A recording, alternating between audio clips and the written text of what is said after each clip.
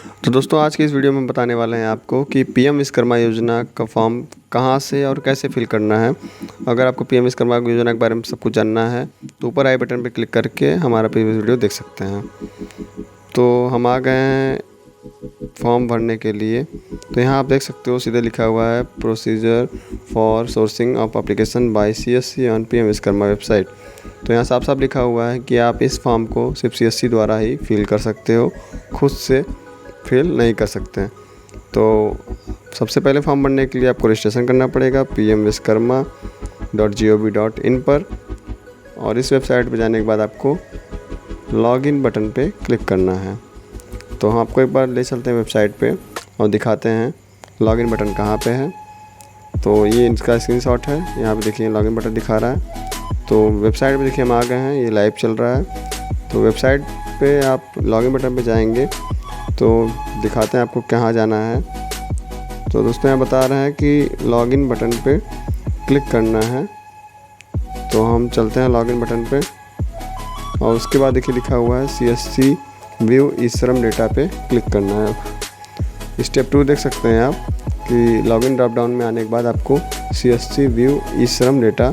तो हम चलिए देखते हैं लाइव वेबसाइट पे क्या ये ऑप्शन वहाँ पे शो हो रहा है या नहीं।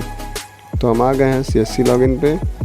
तो देखिए पहला ऑप्शन यहाँ पे शो कर रहा है CSC व्यू ई श्रम डेटा। इस पर हम क्लिक करेंगे और देखते हैं इसमें हमें कौन सा डेटा मिलता है। तो उसके बाद हम आते हैं तीसरे स्टेप पे। तो तीसरा स्टेप है login using CSC ID and password.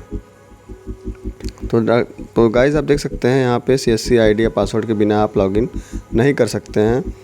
तो इसका मतलब ये हुआ कि आपको अपने नज़दीकी जन सेवा केंद्र पे जाके ही इस योजना का फॉर्म फिलअप करना होगा। तो हम अपने CSC ID पासवर्ड से लॉगिन करते हैं और आपको दिखाते हैं कि हमारे सामने कौन सा लिस्ट आने वाला है, जिसमें इस श्रम का लिस्ट आएगा। तो देखते हैं एक बार हम। तो देखिए ऐसे हमें अपना ID पासवर्ड डाल के साइन इन करना है अपने CSC ID से। चौथे स्टेप में देखते हैं, यहाँ देखिए लिखा आ रहा है कि CSC user can see the e-Shram registered applicant details so they can contact to those applicants register them in PM Vishwakarma. तो यहाँ लिखा हुआ है कि आपके सामने सब ई-श्रम रजिस्टर्ड जितने भी हैं लोग, उनका नाम आएगा, उनका डिटेल आएगा, नंबर, जिसमें आप उन्हें फ़ोन करके बताएंगे कि आप पीएम विश्वकर्मा में योजना में भाग लें। तो हम चलते हैं अपने वेबसाइट पे, वहाँ देखते हैं कितने लोगों का नाम शो कर रहा है या बस ऐसे ही। तो चलिए हम अपने वेबसाइट पे चलते हैं लाइव। तो यहाँ देखिए, हाँ गाइस यहाँ भी देखिए, आप देख सकते हैं जितने भी श्रम कार्ड वाले हैं इनका यहाँ पे नाम, मोबाइल नंबर, एड्रेस, पूरा डिटेल इसमें आ रहा है। तो यही पे देखिए वहाँ लिखा था चौथे स्टेप में, आप यहाँ से मोबाइल नंबर उनका लेके फ़ोन करें कि भाई पीएम विश्वकर्मा योजना आ चुका है मोदी सरकार की तरफ से, आप इसमें भाग ले सकते हैं, इसके लिए आप एलिजिबल हैं। तो दोस्तों इतना अच्छा इसमें स्कीम दिया हुआ है, जो आप जिनको लगता था कि श्रम कार्ड फालतू बना हुआ है, अब उन्हें इसका महत्व पता चलेगा।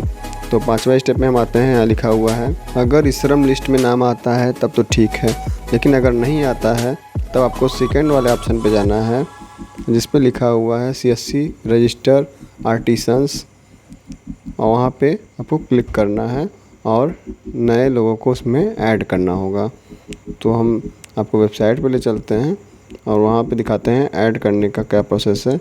तो वहाँ भी आपको क्लिक करने के बाद दोबारा से आपको अपने CSC ID या पासवर्ड से लॉगिन करना होगा, और लॉगिन करने के बाद ही आप वहाँ पे नए यूज़र को या नए रजिस्ट्रेशन वहाँ से कर पाएंगे जिनका नाम वहाँ पे लिस्ट में नहीं है।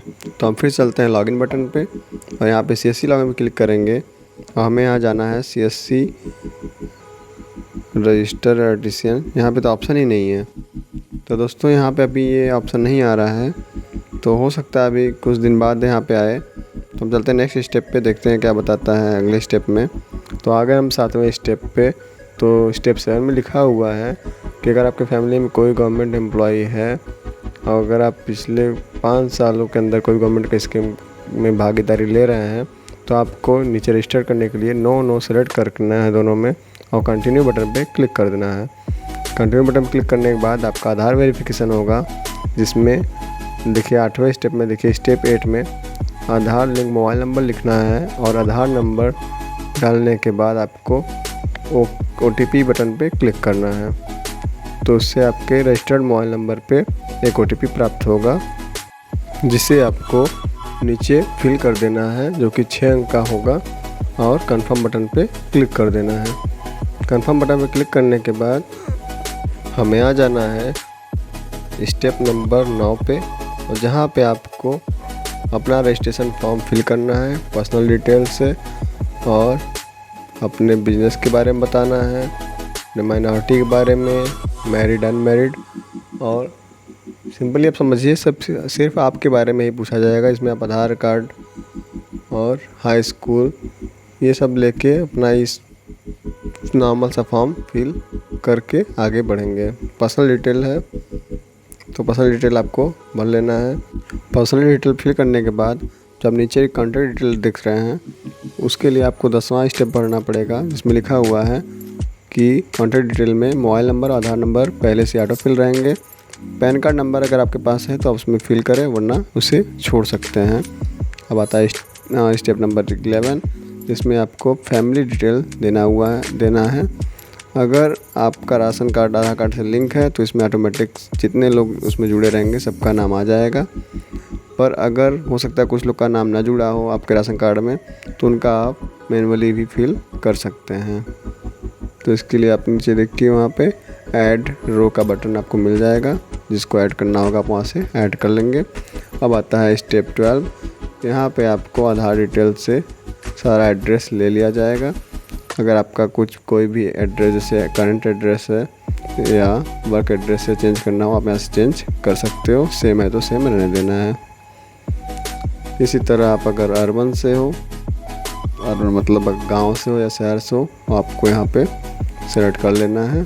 फिर आता है 13 ऑप्शन, तो 13वें वाले स्टेप में आप देख सकते हो अगर आपका आधार कार्ड का एड्रेस अलग अलग है तो कैसे करना है, सेम है तो कैसे करना है।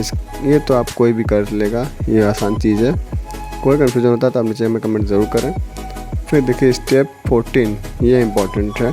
यहाँ पे आपको प्रोफेशनल पूछा जा रहा है कि आप, जैसे मैंने बताया था 18 तो इसमें लिया गया है पिछले वीडियो में, तो यहाँ से आप वो चीज़ सेलेक्ट करके आगे बढ़ेंगे कि हाँ मैं कुम्हार हूँ या मैं लोहार हूँ, जो भी हूँ, आपको उसका डिटेल यहाँ देना है। और देने के बाद आपको आगे बढ़ना है। आगे बढ़ने में देखिए लिखा हुआ है आपका एड्रेस वगैरह, अगर हो सकता है आप काम कहीं और कर रहे हैं तो आप यहाँ पे एड्रेस उस हिसाब से दे देंगे। उसके बाद स्टेप 15 आता है, जिसमें आपको अपने बैंक अकाउंट का डिटेल देना होगा। यहाँ पे सेविंग बैंक डिटेल लिखा हुआ है।